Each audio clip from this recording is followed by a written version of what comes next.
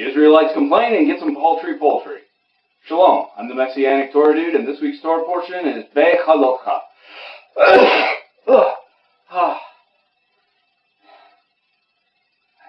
think I need to see a doctor. Beha'alotcha comes to us from Numbers chapter 8, verse 1 through chapter 12, verse 15. Now, an interesting story in here is found in chapter 11, verses 4 through 9. Now the rabble was among them, had a strong craving, and the people of Israel wept again and said, "Oh, that we had meat to eat. We remember the fish we ate in Egypt that cost nothing, the cucumbers, the melons, the leeks, the onions, and the garlic. But now our strength is dried up, and there is nothing at all but this manna to look at." Now, of course, we had read previously about how the Lord provided the people of Israel with manna in the desert. Now, not a lot is known about manna, but there are a few things that people have inferred in some of the rabbinical teachings. One of the more interesting things is they said that when you ate manna, there was no waste. And so maybe this rabble was part of the big toilet paper consortium, but it's more likely the fact that manna was the same thing over and over, and it was something that they weren't used to. It's also interesting that they said they ate all of this stuff for free. Of course, when they say free, they have to ignore the fact that they were slaves. The other thing about the manna is that it spontaneously appeared on the ground. They didn't have to work to cultivate it. They didn't have to work to farm it. They didn't have to work to grow it.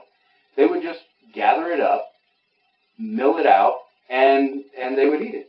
It describes it in a little bit more detail in Numbers chapter 11, verses 7 through 9.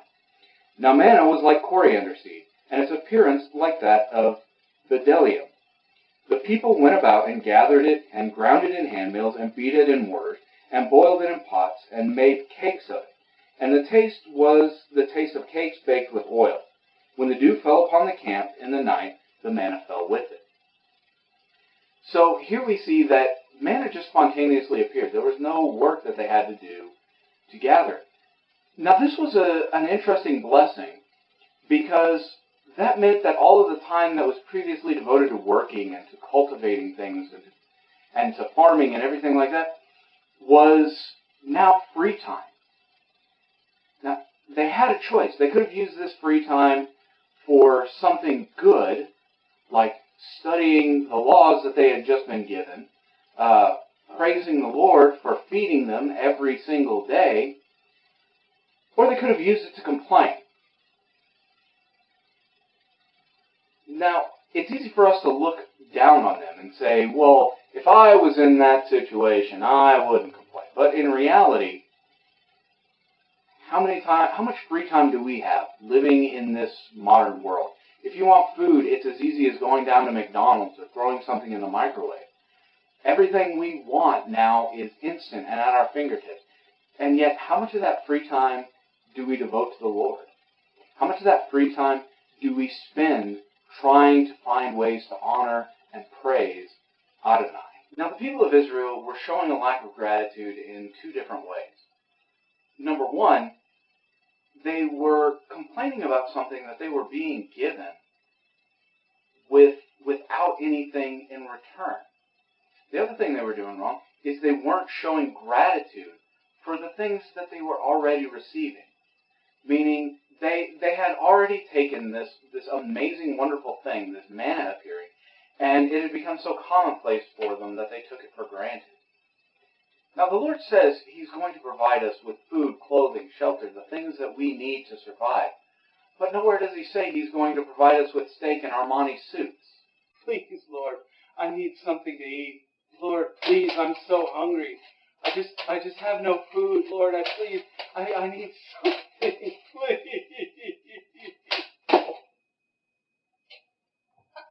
Sometimes the Lord's provision is just provision in order to carry us through. And we have to acknowledge that and be grateful for it. Now, eventually Moshe tells the Lord what the people had been saying. And here's the Lord's response. This is in Numbers, still in chapter 11, starting in verse 18 through 21. And say to the people, consecrate yourselves, for tomorrow you shall eat meat. For you have wept in the hearing of the Lord, saying, who will give us meat to eat? For it was better for us in Egypt. Therefore the Lord will give you meat, and you shall eat. You shall not eat just 1 day, or 2 days, or 5 days, or 10 days, or 20 days, but a whole month, until it comes out of your nostrils and becomes loathsome to you.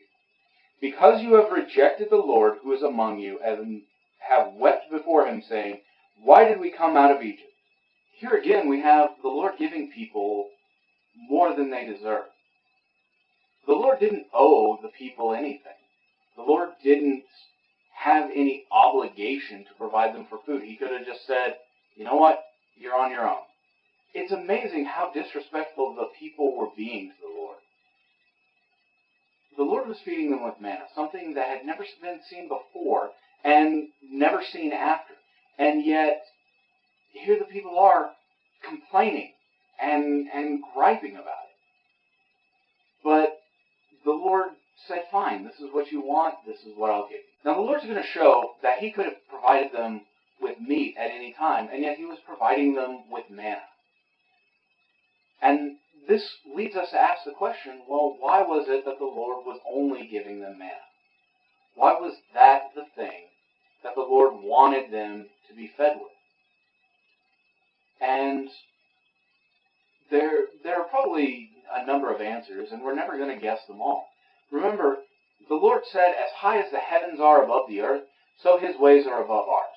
So us being able to understand the mind of the Lord is an impossible thing, and we can only guess at it.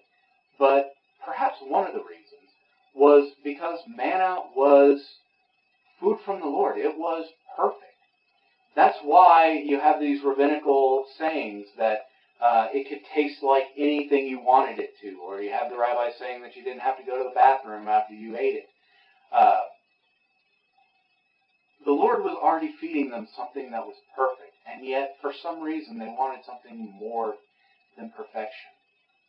They wanted, because they weren't looking at it with spiritual eyes. They weren't seeing, this is food from the Lord. They were seeing, this is bland food. They were taken over by their carnal desires. And they were distracted from the amazing thing that the Lord was doing for them. How common is that today? Think about all of the amazing things that the Lord has done in your life. Think about the fact that you woke up this morning. Every day, every breath is a gift from the Lord.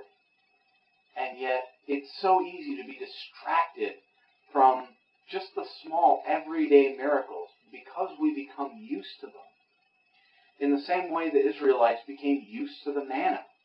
So in Numbers chapter 11, starting in verse 31, we see the Lord fulfilling this promise.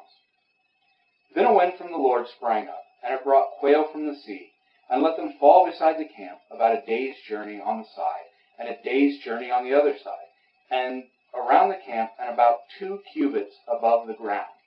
And all the people rose all that day, and all that night, and all the next day, and gathered the quail. Those who gathered least gathered 10 homers, and they spread them out for themselves around the camp.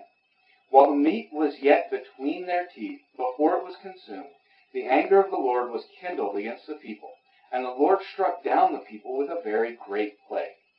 Therefore the name of that place was called Kibroth Hattaavah, because they buried the people who had the craving. From Kibroth Hattaavah the people journeyed to Hazeroth, and they remained at Hazeroth. In the end, the people paid the price for rejecting the perfect gifts of the Lord. And as we go through our daily lives, we have to remember not to reject the perfect gifts from the Lord. So what are some ways we can bring our focus back to an attitude of gratitude towards the Lord? Let me know in the comments, and if we gave you a laugh, give us a like, and if you learned something, give us a share. I'm the Messianic Torah dude. Shalom, and stay in the Word.